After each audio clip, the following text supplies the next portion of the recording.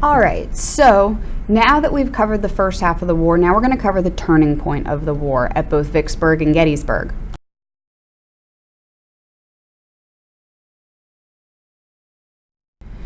At Vicksburg, Union forces had controlled New Orleans and most of the Mississippi River, as we saw in the last note set about the Grant's push to get the Mississippi River with the Anaconda Plan.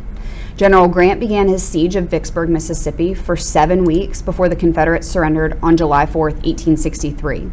Federal warships controlled the full length of the Mississippi, and they were able to cut off Texas, Louisiana, and Arkansas from the rest of the Confederacy.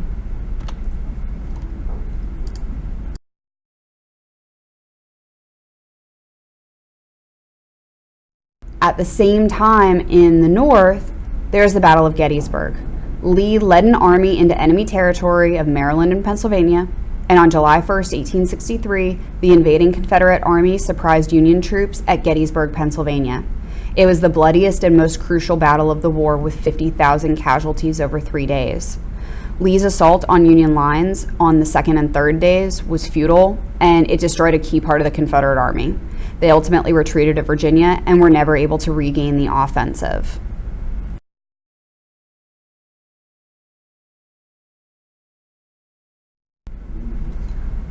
Lincoln described the Civil War as a struggle to preserve a nation that was dedicated to the proposition that all men are created equal, and that was ruled by a government of the people, by the people, and for the people.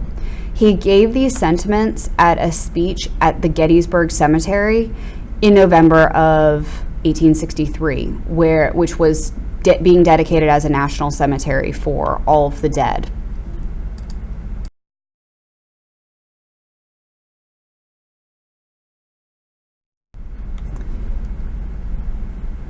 Because of Grant's successes in the West, in early 1864, Lincoln made him commander of all the Union armies. So his strategy of war by attrition was aimed to wear down the Confederate armies and destroy their vital lines of supply.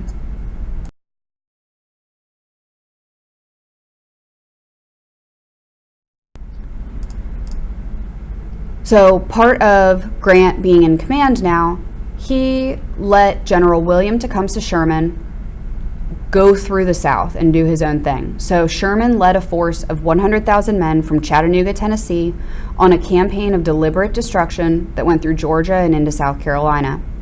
It was total war.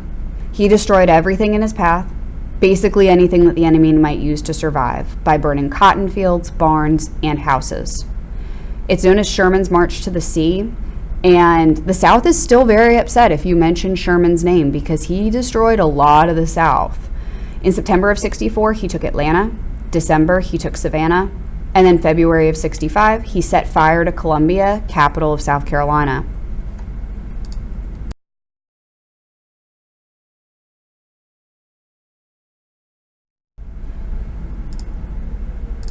In the election of 1864, the Democrats nominated General George McClellan. If you remember that name, he had been in charge of the Union Army for a little while.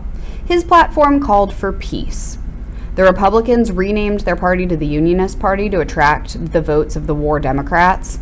Lincoln was the candidate, with War Democrats from Tennessee nominating Andrew Johnson as his running mate. So it kept people happy in order to keep Lincoln as candidate and a War Democrat from Tennessee. Ultimately, Lincoln won.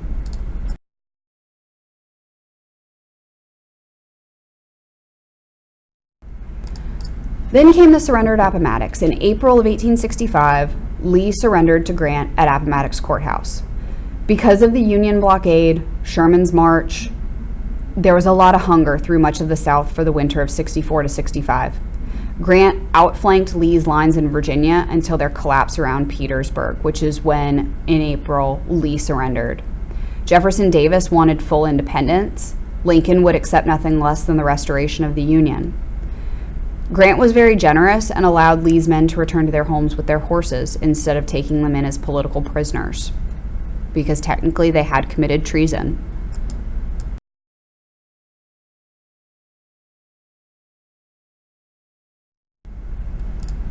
Unfortunately, a few days after the surrender at Appomattox, Lincoln was assassinated. His plan for post-war was to treat the South benevolently, with malice toward none, with charity for all. On April 14, 1865, John Wilkes Booth shot and killed the president while he was attending a play at Ford's Theater in Washington. Lincoln died early in the morning on April 15th, and Booth was an embittered actor and a Confederate sympathizer. He was tracked down in Port Royal, Virginia about 12 days later, and he was killed there. On April 14, 1865, a co-conspirator of Booth attacked, but only wounded, the Secretary of State, William Seward. Fun fact about Lincoln, his third, fourth, and fifth vertebrae were removed during his autopsy to allow access to the bullet that killed him, and his bones are still on display at the National Museum of Health and Medicine in Washington, D.C. 8 other people were implicated in Lincoln's assassination, and they were tried by a military tribunal in Washington and found guilty on June 30, 1865. 4 of them were hung, 3 of them were sentenced to life imprisonment at Fort Jefferson, Florida, and 1 was given a 6-year term in prison.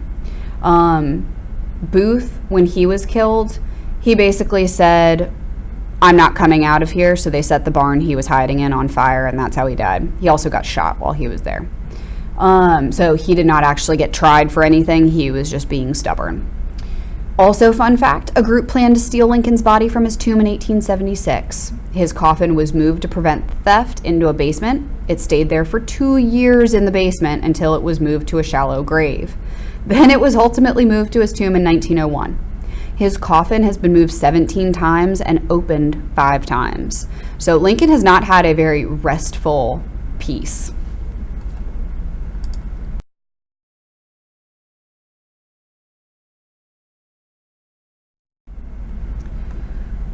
So political changes during the war. The secession of the southern states created Republican majorities in both houses of Congress because a lot of the Southerners were Democrats. There was a sharp difference between the radical faction, which championed the cause of immediate abolition of slavery, and the moderate faction, who were basically free soilers who were mostly concerned about economic opportunities for whites. Most Democrats supported the war, but criticized Lincoln's conduct of it, which doesn't sound too unfamiliar to modern politics. The Peace Democrats and Copperheads were opposed to war and wanted a negotiated peace. So all these political parties and political movements are happening while the war is happening. So political life still existed while the war was going on.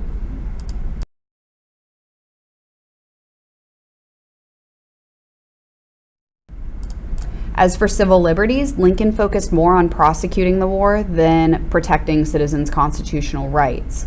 Lincoln suspended the writ of habeas corpus on Maryland and other states with strong pro-Confederate sentiment.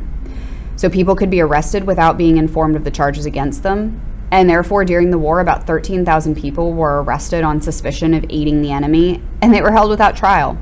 Democrats said Lincoln acted no better than a tyrant, but most historians have been far less critical, especially because in the border states, people had difficulty distinguishing between combatants and non-combatants. And the Constitution does officially say that the writ of habeas corpus can be suspended in rebellion, which is exactly what this was.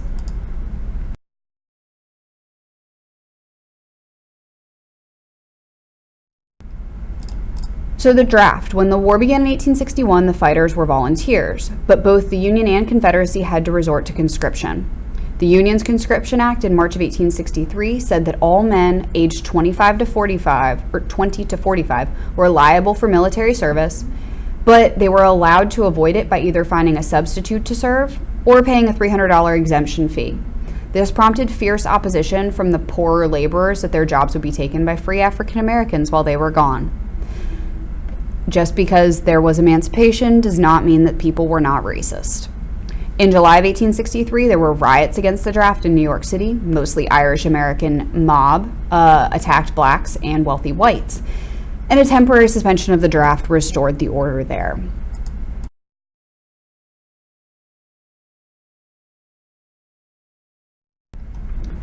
In order to finance the war, the Union borrowed $2.6 billion obtained through the sale of government bonds. This wasn't enough, so Congress raised tariffs in the Morrill Tariff of 1861. They added excise taxes and instituted the first income tax. The U.S. Treasury issued more than $430 million in paper currency known as greenbacks. They were not able to be redeemed in gold, which contributed to their inflation, and prices in the North rose by about 80% during the war. A new national banking system was installed in 1863, and this is the first unified banking system since Andrew Jackson had vetoed the recharter of the Bank of the U.S. in the 1830s.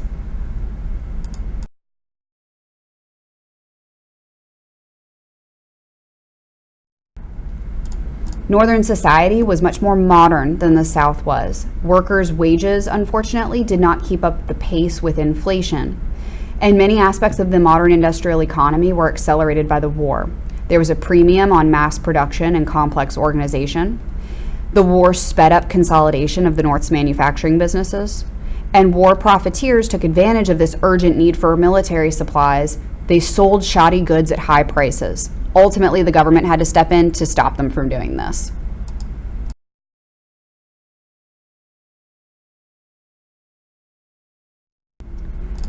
Economic changes during this time period included the Morrill Tariff Act, which I mentioned before. It raised tariff rates to increase revenue and protect American manufacturers.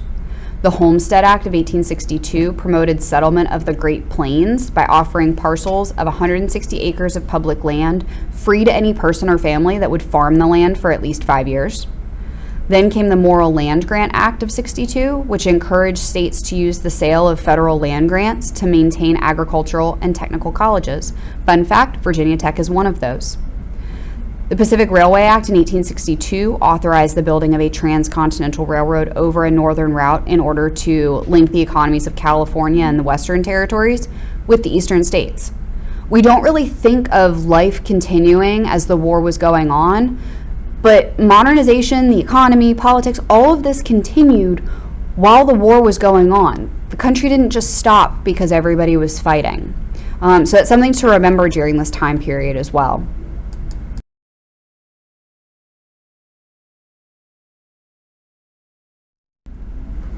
Okay, so women at work during the war. As the men went off to fight, the women had to manage the homes and the families with scarce resources. They assumed new roles in agriculture, nursing, and war industries with factory jobs, roles that were previously blocked to them because of their sex. They often faced poverty and hunger, as evidenced by the bread riots in Richmond, Virginia. In Richmond, because there was no food or money, a large group of women actually got together and raided several businesses and shops to get money and clothing. Jefferson Davis had to plead with them and actually use the militia to put down the insurrection. Nobody was killed or anything like that, but the women were that desperate that they were going to riot to get food. The women also pushed more for equal voting rights because of the equality that they were sensing by participating in previously closed to them professions like nursing and factory jobs.